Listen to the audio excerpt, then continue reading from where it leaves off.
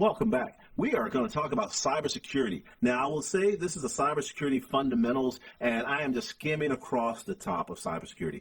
Now, I do have another course that goes more in depth. It's really about 5.5, almost 6 hours of instruction on cybersecurity fundamentals if you want to go deeper into this area. However, for the purpose of information systems management, you will not be a cybersecurity specialist, analyst, any of those roles. However, you will work closely beside or closely with cybersecurity. So this is just an overview of these things. Okay, let's get into this. So what we're going to talk about? Well, we're going to look at cybersecurity and risks, attack vectors, attack chains, and roles, some of the certifications associated with some of the cybersecurity specialists. I tell you, when it comes to cybersecurity, I know that's the buzzword, excuse me, du jour that everyone is using now. Cyber. It's really just risk management, okay? That's really all it is. Managing risk, no different than we do with any other security. And when we talk about risk, well, I always like to take time to explain and really look at this, what I call it, the risk formula.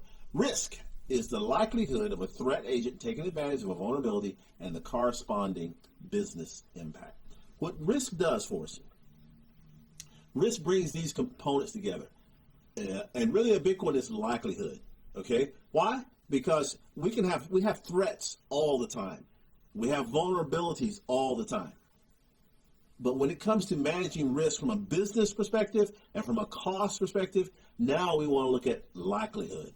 Because if the likelihood is high, then maybe we want to have our CISOs or our CEOs or our CIO, invest money into ways of mitigating that risk. If the likelihood is low, then we may not. Let me give you an example. Okay, I have a car, and that car does not reside in my garage. It sits out on the street. Okay, so are there risks associated with that? Yes, there are. Why?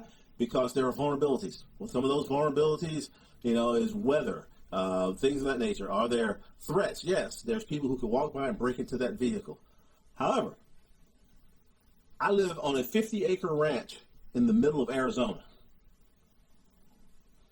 Okay, so now what is the likelihood, of someone, a threat agent breaking into that car? Pretty low. Likelihood of, weather, again, pretty low. Do we have bad weather in Arizona at times? Yes, we can. However, likelihood. Now, I live in the middle of New York City or Dallas.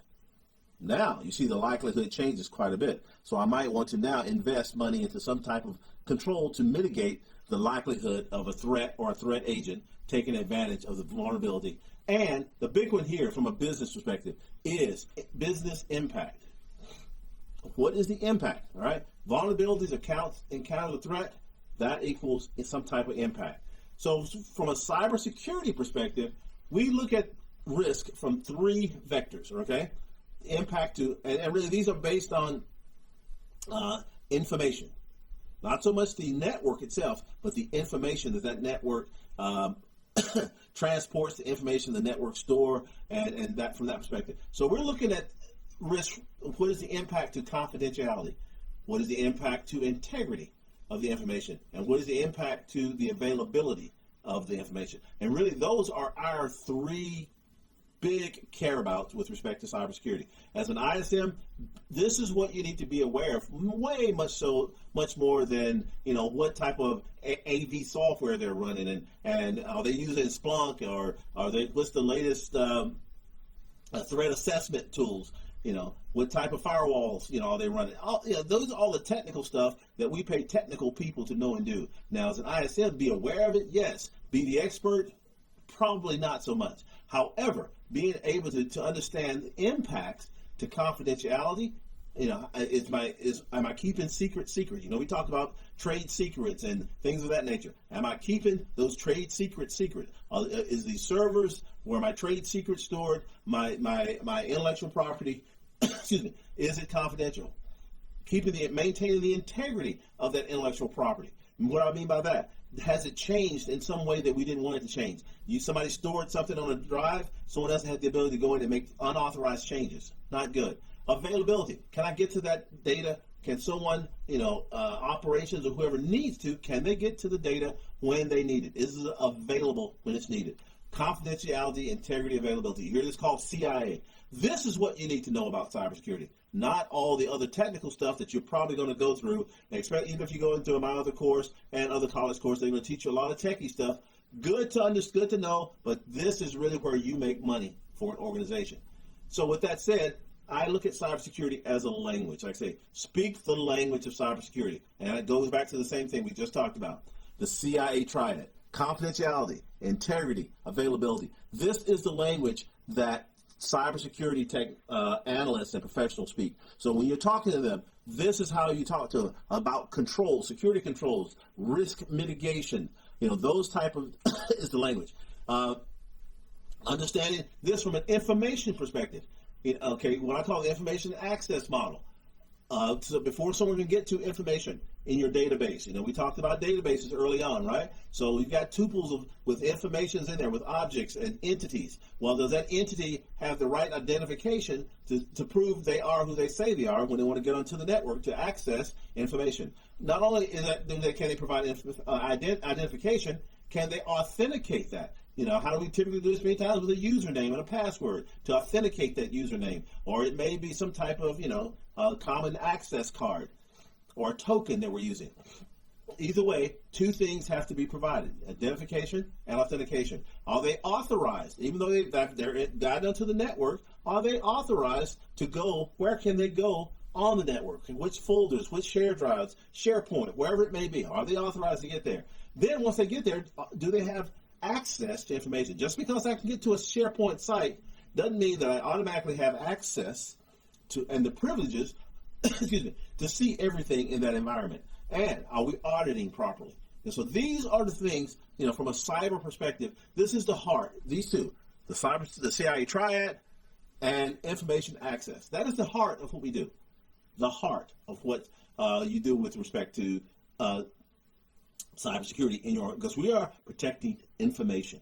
Okay, not just keeping data safe, but really information as well as knowledge. It's part. We talked about knowledge management, KM, and information management, IM. Well, all of that still comes down to who has access to that information, to that knowledge. So now that we understand the cybersecurity language, here's the next thing as an ISM, as a manager, you want to be able to do is translate that language. Remember I said before, this is the language that cyber speaks, right? Well, that's great when I'm talking to a bunch of cyber guys. What happens when I need to talk to someone else in this organization, especially people in the organization who owns the checkbook and can allocate funds and resources? Now I have to learn to speak their language. What do I mean by that? Just like I said, cybersecurity, we speak what? Confidentiality, integrity, and availability. I am talking to a program manager. They don't really care about this. Their concern is cost, schedule, performance. So what I have to be able to do is translate the impacts of confidentiality, integrity, and availability to a language that this program manager can understand: cost, schedule, performance. How do you do that? Okay, let's say that we need some new equipment. We need to update our servers. We need to update our antivirus software. We need to hire another cybersecurity analyst. Well, talking about controls and firewalls and access control lists, you've just put this guy to sleep. However, if you can convince them that making these upgrades is going to shorten your schedule, is going to reduce costs, and our output, we're going to increase performance of our network by 35%. So now your engineers are able to produce, or our production line is able to get your products out of the door safer, more secure, and quicker. Now, bing, their ears have perked because you are speaking their language. And he's going, talk to me, baby. Talk to me. Yeah, that's what I want to hear. But if you're just up here talking CIA, you're kind of wasting breath. Also, another language in your organization, what I call engineer speak, or this is anyone in production. They're thinking question, hypothesis, results. That's what they're looking at. They really don't care about security because they want to get something, especially software guys. We want to just write code, get that code pushed out, and get it out there to the customer as quickly as they can. Result driven. However, what we want to be able to do is understand that. But now, especially when we talked about, if you remember, a few modules back, We talked about DevOps and DevSecOps. Okay, that sec or that security, that's where these guys' ears will peak. Because now we are building security into your pipeline, into your security pipeline. Into your development pipeline. So now, as you are building and you're asking these questions, coming up with the hypothesis of how to get something to work, we've already put the security in. So now when your results go out of the door, you get less kickback, you get less issues, from the customer because your software is already secure. Now we don't have to start pushing patches out every other week because there's some security vulnerability that our developers didn't catch. So now you've piqued their ears. So that's why we have to be able to translate, be good translators from cybersecurity speak, PM speak, engineer, or production speak. And really, as security, one of the things you want to break is this paradigm that those security guys, they're sitting back there behind the door and they are the no people. No matter what we go up and ask, no, we can't do that. No, we can't do that. Really, upfront, partner with your program managers, engineers. Why? So we can capture the operational requirements up front and early, so we can start baking security into that. So again, when we talk about translating, what are we doing? We want to translate risk associated with operational needs into risks that can be mitigated with security controls. That is what we do as cyber. That's, as a cyber manager, as an ISM, these are the things that really where you're going to make your money in an organization. Not by being the sharpest IT guy or the sharpest cybersecurity analyst on the block, okay? But understanding how to translate security controls, security mitigation controls into operational needs and how we can make money, improve costs, reduce costs, shorten schedule, improve performance. Okay? Makes sense? I hope it does. Made sense to me when I put it up there anyway. So when we think about security, cybersecurity, and we think about risk, we think about threats and vulnerabilities. All these come down to different type of attacks and attack vectors, okay?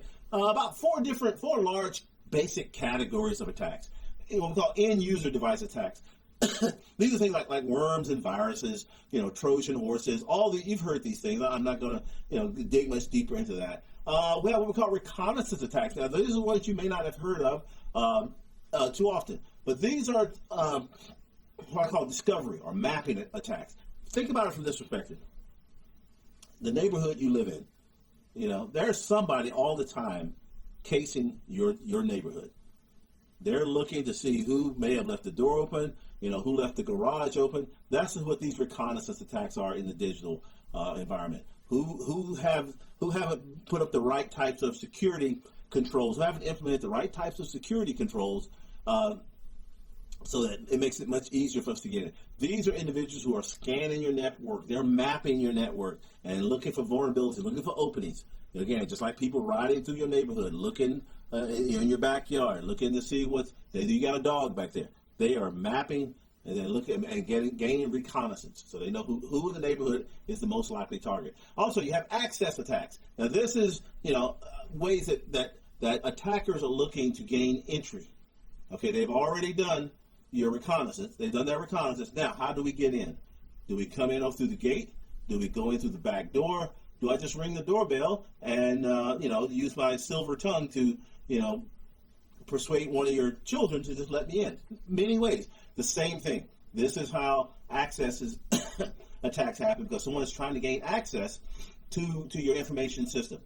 Then there's the denial of service. Usually these are DD. Distributed denial of service. But a denial of service, this is when I'm trying to shut down your site so that you can no longer do business, right? I want to deny services. Now, the thing about all of these attacks, many times, they can all happen from the exterior, yes. But sometimes these happen from the interior. And not just insider threat, not malicious insider threats, but many times through negligence, through lack of training, we become our own worst enemy. Where we can, you've got people, pushing large packages across your network, and pretty soon it could easily, fill up a server, and guess what? No one has access to that server anymore. So so we have to look at this from multiple vantage points, not just malicious outsiders trying to get in. Okay, so those are the four basic types of four categories or families of threats. Now, who are these individuals when we talk about malicious threat actors? Well, it can be everybody. It starts, like we'll call them script kiddies. These are unskilled, individuals who lack experience. But you can go out here again, out to the internet. Anything you want is out there. There are individuals who have already written a lot of scripts that you can just download and execute with minimal knowledge, with minimal experience, minimal expertise. We call those guys script kiddies, just very entry level, but they can do a lot of damage. Why? A lot of these guys have a lot of time on their hand, and they just sit there and just run exploit after exploit. Hacktivists, like I say, this is a mixture of two words, a hacker and an activist. Typically, more skilled threat actors than script kiddies. Now, they possess a broad understanding of programming languages, network stacks, all the techie stuff associated with that. And you may have heard of some of these guys, LoseSec or Anonymous. And they mostly have some type of social or political agenda. And so they do a lot of defacing, into businesses, websites, especially if they feel you're not socially conscious. So they will, go in, hack your website, deface it, do whatever they can do, things like that. Another one we call state-sponsored actors. Now, these are the really bad guys, okay? These are the individuals that are doing, China trying to attack U.S. infrastructure and things of that nature. So, yeah, they are. They're the ones that are doing a lot, or have the ability, I should say, to do a lot of damage, especially with our industrial security infrastructure, critical infrastructure. So, when we think about those, and we look at the different attack vectors, we can see things like, viruses, we talked about those. Ransomware, this is a big one. This is a big one now. That's malware that will encrypt your files until you pay a ransom. Now, the thing with ransomware, you've got now, copycats, what we call them, that they're just going to tell you that I've put ransomware in your machine. They may not have or not, but how are you willing to take that chance? How do you defend against these viruses and worms? Yeah, one is just be aware of where you download software from. Number two is that you maintain a good some type of antivirus.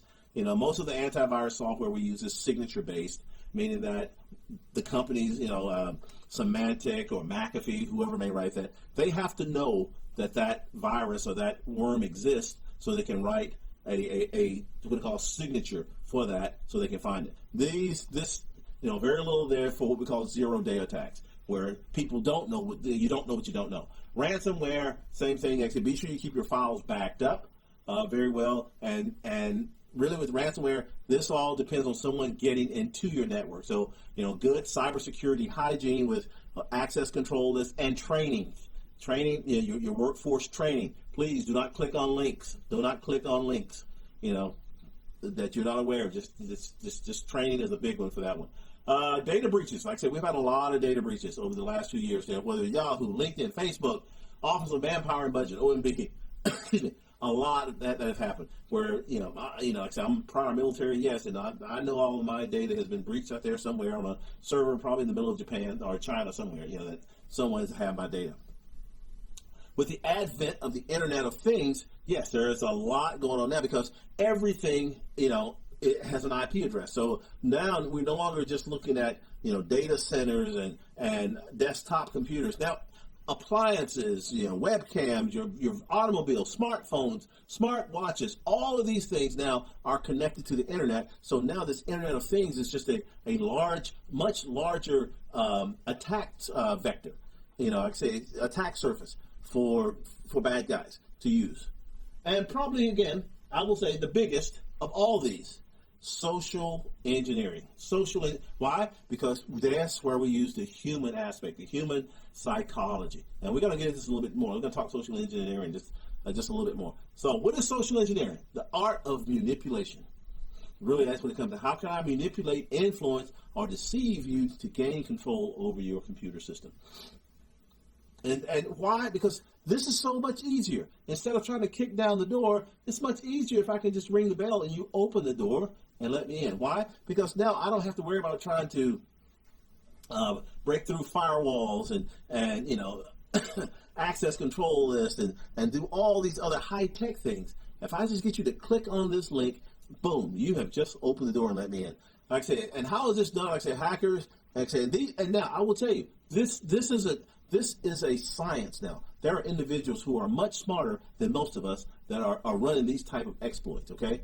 Yes, they are very, very good. And with the advent of artificial intelligence, machine learning, these exploits are getting so much better. It's sometimes very difficult to be able to delineate, what's real and what's not. So when we think about how we do that, it could be across the phone, it could be email, it could be snail mail, just letters in the mailbox, direct contact. So a lot of different techniques. You got phishing, spearfish, phishing, and we all get these fish. You get these texts, right, that they're trying to, get you to do something. Spear phishing, the same thing. Regular phishing, that's where they just flood the market with all this spam. Spear phishing, now this is targeted phishing. I'm going for the big guy, okay? Or I'm going for the administrative assistant to the big guy. Because if I can get access to that individual, then that gives me access to the big guy. Because we always want the big guy. And then there's the quid pro quo. That's where, okay, if you do something for me, I'll do something for you. And that's how people work their way into this. Baiting. Yeah, and this happened at the Pentagon while I worked there. Yeah, where you had USB drives just happened to be placed in different places. And the natural curiosity of people is, wow, I wonder what's on this disk. I wonder what's on this USB drive. And what will they do? They'll plug it into a machine. And what was on that? You got it. Some type of malicious software that now has been uploaded. It's very similar. Pretexting, vishing, tailgating, all of these. And the reason we talk about these because they're still effective. They're still very effective. So when we look at social engineering, it happens in stages, okay? And most of the stage have nothing to do with technology. Zero to do with technology. It all has to do with human interaction and trust. Okay? So the first thing, if I am a social engineer, is to select the right victim. Okay? Select the victim. Now I'm looking for someone, one, who have some type of access, that I need, which is first. If they can't provide me some type of access, I don't need to waste my time. But once now I need to select a victim. I need to research that victim. Now I know who can provide me some type of access. Now let me get to know that person. What football team do they like? What do they do on the weekends? What is their families?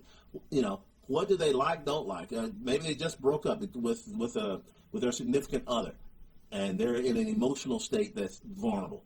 Once I do that, now I'm going to develop a relationship. Now that I know what I need to know about the individual, now let's develop a relationship. Yeah, you're having some financial issues. Oh, wow, sorry to hear that.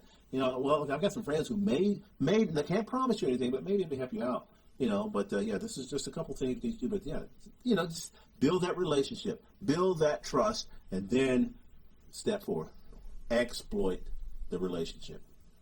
That is how. So as you see, nothing techie here, right? Not one bit or byte was harmed in the making of this social engineering attack. This is all human, the human aspect. And this is a science. This is not just a science, this is an art. This is a growing area because understanding the psychology of the way we think. Social engineering this is how I would say, and this is just my number I'm coming up with, 90 to 95% of all the other attacks that we talk about, they all began here. Because through some type of social engineering, someone clicked on a link, someone left a door open, someone did something to be able to entice that victim to do what they needed them to do. All right. So when we talk about attacks, okay, now like social engineering, yeah, you've gotten yourself in. This is what we call the attacker kill chain. Okay, three broad phases: the targeting phase, the compromise phase, and then the breaching phase. So first thing, it starts with that recon. We talked about reconnaissance. Like I say, in your own neighborhood right now, there are people who are doing reconnaissance. That once they got the target, they're gonna know who they're gonna attack. Then they're gonna weaponize. All right, let's get the right type of weapon, and they do this on your network. How to get into your network. Now, the next time I've selected a weapon, what I'm gonna need to do? I need to be able to deliver that weapon. Bombs on target. Warheads on foreheads, like we used to call it back in the day. How I deliver that target. Once I get that weaponized, that could be malware, it could be a Trojan, it could be multiple things, types of weapon. I got to get it into your network. Now that I got to deliver it, how did I deliver it? Again, social engineering. You clicked on a link, you open up a port, and now it's on your network. Now it's time to do the exploit. Okay. Now the exploit piece, it could be months, it could be years. This is what we call non-persistent threats. Okay. I'm sorry, I said no. Advanced persistent APTs, advanced persistent threats. I was thinking about something that's completely different. Advanced persistent threats. I got this exploit sitting, in your network, and it could be a logic bomb, meaning that on a certain date something's going to happen, or not, or it could just sit there until the right moment, and it could be also slowly working its way through your network, getting a little information here, getting accesses there, and moving through the network. Then once I exploit it, now I'm going to install myself, and then what it's going to do, it's going to have a command and control, CNC channel, that now I need to talk back home, okay? I need to talk back to the hackers, to the bad guy's computer. I need to call home, ET, call home. And now once they establish that, then actions on objectives. Now this is when I'm going to start exfiltrating information, social security numbers, credit card numbers, whatever it may be. Now that I have breached your network, now I'm going to pull it out. Attacker kill chain. So now, how do we mitigate this? Okay, along the way, here we go. Now, this is probably some of the techie stuff, but like I said, I've got another course that goes much deeper into much of this. This is where, at the very beginning, we want to be sure that the gate to our house is closed. This is why we have firewalls, intrusion detection systems, weaponization, threat intel. That is, now I'm getting intelligence about what types of threats are out there. So when we talk weaponization, is it some type of ransomware? Is it some type of new virus? So that now I know how to start protecting and defending. Here, this is when I'm going to start using different types of security packages to be sure my email is secured, my web servers are secured, my domain name service, DNS, secured.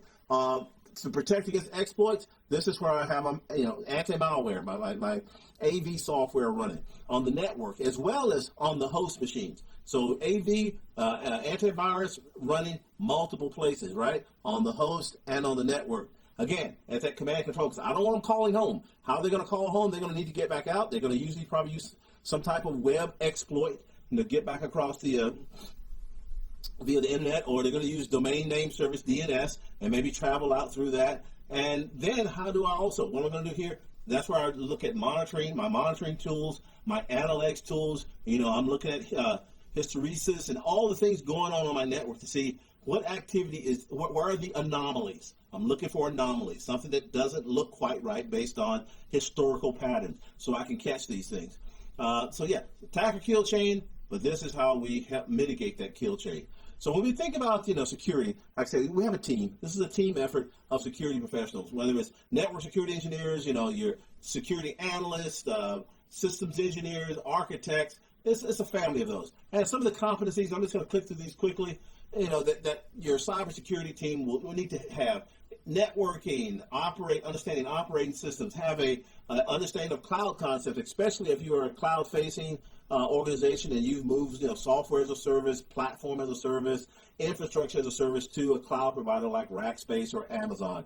Cryptology, whether it's symmetrical or asymmetric, because we talked about confidentiality and integrity. That's how we maintain that. A lot of things now, especially scripting, very important to have some type of basis, because many of the things we run now is automated. We try to automate to get the human out of the loop as much as possible so we can automate things. Why? Because it's going to do the same thing the same way every time, whereas the human, many times, we can fat finger things.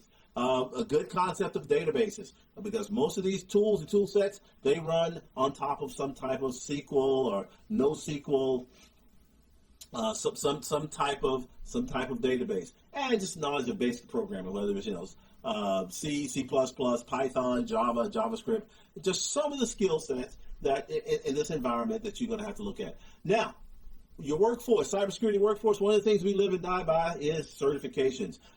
Depending on the environment you work in, there may be, especially if you're working with the Department of Defense or federal government, there are some regulatory requirements for certain certifications, different levels, level 1, level 2, level 3 certs that you have to obtain to work in this environment. Good to know. Why? Because when you talk about hiring, these are things that's going to drive up the cost of getting a cybersecurity personnel into your workforce, as opposed to maybe an industrial security type or an administrative assistant. So, at the top of the list, like I said, one of the most basic that we start with when we talk about certification is Security Plus. It's a CompTIA is the name of the company that sponsors this. But yes, that's Security Plus. That's probably your best entry level certification. And then as you go to your level 2, level 3 search, CISSP, your Certified Information Systems, Security Professionals, the CASP is another one that's very good as well. But you see there, and this is by no means an exhaustive list of certifications. There's, just trust me, there are, I think every day there's a new cert that some of these companies, ISACA or Cisco or ISC Square, they're pushing out new certs every day. Why? Because there's dollars associated with that. So just to look at some of the certs. All right, guys. So like I say, that was just a quick across the top look at cybersecurity fundamentals. So when we think about cybersecurity and your role from an information systems management perspective, it is not to be the techie guy. It's to know who the techie guy is. But it really is about translating confidentiality, integrity, availability into something that your program manager understand. Cost, schedule, performance. I hope this helped you out a lot, and thank you for dialing in.